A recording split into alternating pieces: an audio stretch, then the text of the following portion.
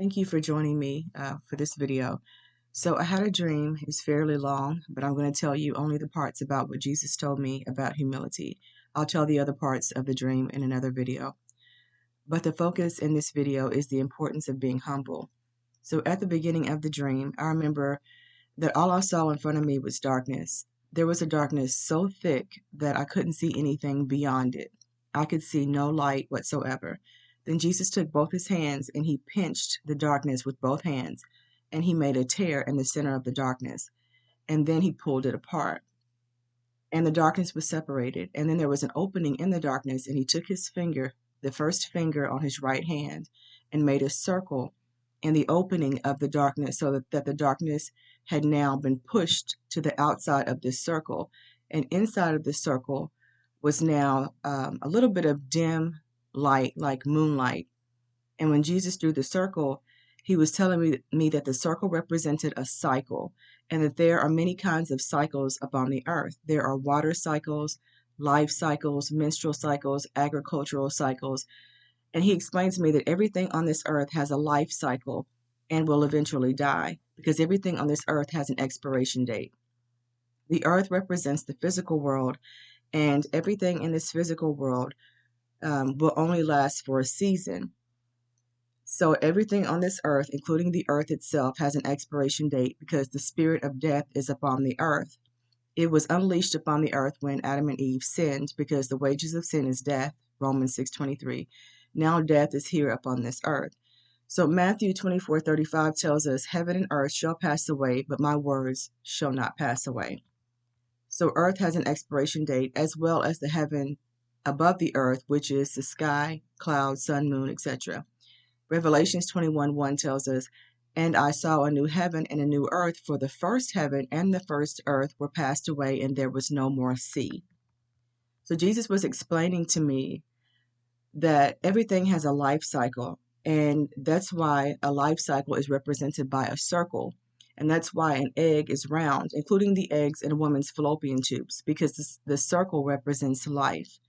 And the start of the circle represents the beginning of something, the beginning of life, and then the middle of the circle represents the process of the life cycle, and the end of the circle represents the cycle of life coming to an end. So a full circle represents the completeness of something. So he was telling me that the beginning of the circle represents life, and at the beginning of a human's life, when they are a baby, they are born into this earth in a state of full humility. They are as humble as they will ever be. They cannot do anything for themselves, and some of them cannot even lift their own heads up. They are totally helpless. They have to rely on someone else to take care of their needs. They are in a state of total humility. They have faith, and they believe that someone will take care of them. So they cry out for help and expect someone to help them. When we cry out for the Lord, we too should be in a state of expectation and humility, believing that He will help us. So babies rely on someone to feed them, clothe them, hold them, change their dirty diapers, burp them, even rock them to sleep. They literally cannot do anything for themselves. They are in a state of humility. Now, when their needs are taken care of, they are usually happy and content, because they can't complain, they can't talk. And when their needs are met, they're usually pretty happy, unless there's something else that's wrong with them. So we too should be in a state of content and happiness when our needs are met, and not complain. But then when our needs are not met, we need to cry out in a state of humility and expectation. So Jesus told me that the same level of humility that a child has is the type of humility that we should maintain throughout our lives. That's why a baby is born humble, because the Lord wants us to keep that same level of humility. Even when we grow up and can do things for ourselves, we are to always remain humble and grateful. We are not to do a lot of complaining, and we are to cry out to the Lord in expectation when we need something and we cannot do it for ourselves. So Jesus was explaining that we are to start out in a state of humility, keep that same level of humility throughout our lives, and then when we get old, we should still be humble.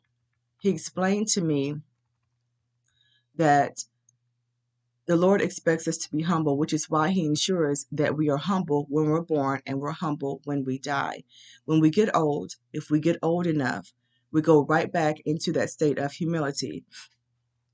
We begin to lose our hair, our teeth, and our ability to take care of ourselves. We go back into diapers and need someone to take care of us again. Sometimes when we get old enough, we get bedridden and need someone to take care of us around the clock the same way that someone did when we were babies. We go back into humility whether we like it or not. Even if a person doesn't live to be old, even if someone were to pass away at, say, age 30, they still would go back into a state of humility when they died because death brings about humility. There are many people that expose secrets on their deathbed. Why? Because they are in a state of humility, because death has an uncertainty to it that brings about humility. So whether we realize it or not, the Lord puts us in a state of humility when we're born and puts us right back into that humility when we die. So why does the Lord do this? Well, he does it because he wants us to remain humble. Humility brings us closer to the Lord. When we freely apologize to others, we take accountability for our wrongs instead of blaming everybody else. When we deny ourselves and we serve others and are not afraid to let that other person shine, we are being humble. John 13:12-16, Jesus said, "Ye call me master, and ye say, well, for so am I. If I am then your master and Lord, and I have washed your feet, you also ought to wash one another's feet. For I have given you an example that you should do as I have done to you. Verily, verily, I say unto you, the servant is not greater than his Lord, neither he that is sent greater than he that sent him." Jesus is telling his disciples that if he is greater than they are, and if he humbles himself, then surely they should humble themselves and serve and love one another. Now, God, the Father, has to humble himself in order to have a relationship with us. Why are many of us not humbling ourselves back? Isaiah 55:8-9 tells us, "For my thoughts are not your thoughts, neither are your ways my ways, saith the Lord. For as the heavens are higher than the earth, so are my ways higher than your ways, and my thoughts are higher than your thoughts." Have you ever had a conversation with a baby? No, not really. You can't, because a baby can't talk. They can't really talk or really understand what you're saying. You have to humble yourself and speak baby talk and gibberish when you interact with a baby, because they are not on your intellectual level. There are doctors with PhDs who speak gibberish in order to interact with a baby. You are humbling yourself and practically dumbing yourself down when you speak in baby talk to your baby, because you know that they cannot understand you if you speak in a normal conversation. It doesn't matter, though, because your love for your child surpasses the need for you to be humble. You don't care that you sound crazy. You love your baby and you want to interact with them on their level. So we have to have that same love for each other. When you humble yourself in the presence of someone else, it shouldn't matter that you're humbling yourself, because your love for them should exceed the need to have to humble yourself. Matthew 22:34-40. But when the Pharisees had heard that Jesus put the Sadducees to silence, they all gathered together. Then one of them, which was a lawyer, asked Jesus a question, tempting him and saying, Master, which is the greatest commandment in the law? And Jesus said unto him, Thou shalt love the Lord thy God with all thy heart, and with all thy soul, and with all thy mind. That is the first and greatest commandment. And the second is like unto it, Thou shalt love thy neighbor as thyself. The Lord Yah has to humble himself in order to have a relationship with us. Because in Isaiah, he just told us that his ways are high above our ways, his thoughts are high above our thoughts. The Lord has to humble himself in order to have a relationship with us. So why are we not humbling ourselves back? Why is there so much narcissism, arrogance, abuse, and judgment? The Lord set the standard of humility when we were born, and he expects us to remain that way until we die. If we do not remain that way, he will humble us again before we die. In the spiritual world, there is humility. If you die and go to hell, you will be in a constant state of humility. If you die and go to heaven, you will be in a constant state of humility.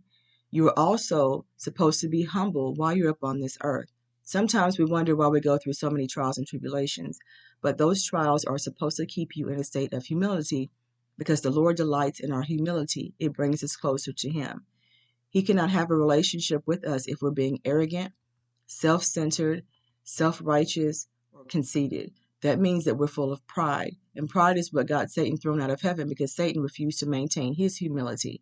That should be a lesson to all of us, that if we want to get closer to the Lord, we have to approach him in a state of surrender and humility. Proverbs 16:18 says, "Pride goeth before destruction, and a haughty spirit before a fall." Matthew 23:12 says, "And whosoever shall exalt himself shall be abased, and he that shall humble himself shall be exalted." 2 Chronicles 7:14, "If my people, which are called by my name, shall humble themselves and pray, and seek my face, and turn from their wicked ways, then will I hear from heaven, and will forgive their sin, and will heal their land." The Lord said they should humble themselves and pray. We're supposed to pray in a state of humility and expectation. James 4:6, "But he giveth more grace. Wherefore he saith, God resisteth the proud, but he giveth grace unto the humble." When we're wrong, we need to ensure that we're apologizing and humbling ourselves before the person that we have wronged. It is not about control or dominance, it's about humility. Micah 6:8, "He hath sheweth thee, O man, what is good, and what doth the Lord require of thee, but to do justly, and to love mercy, and to walk humbly with thy God." Proverbs 11:2, "When pride cometh, then cometh shame, but with the lowly is wisdom." So what Jesus wanted me to know in that dream was the importance of humility, remaining humble, because even God himself, the Father Yah, has to humble himself in order to have a relationship with us, the lesser beings. The least we can do is humble ourselves in order to maintain that relationship with him. Thank you for watching this video. If you'd like to support a Black-owned business, check out BurksBooks.com. It is an online bookstore that sells different kinds of books. Also consider sowing a seed. My Cash App is in the description box. I love you, and I'll see you in the next video.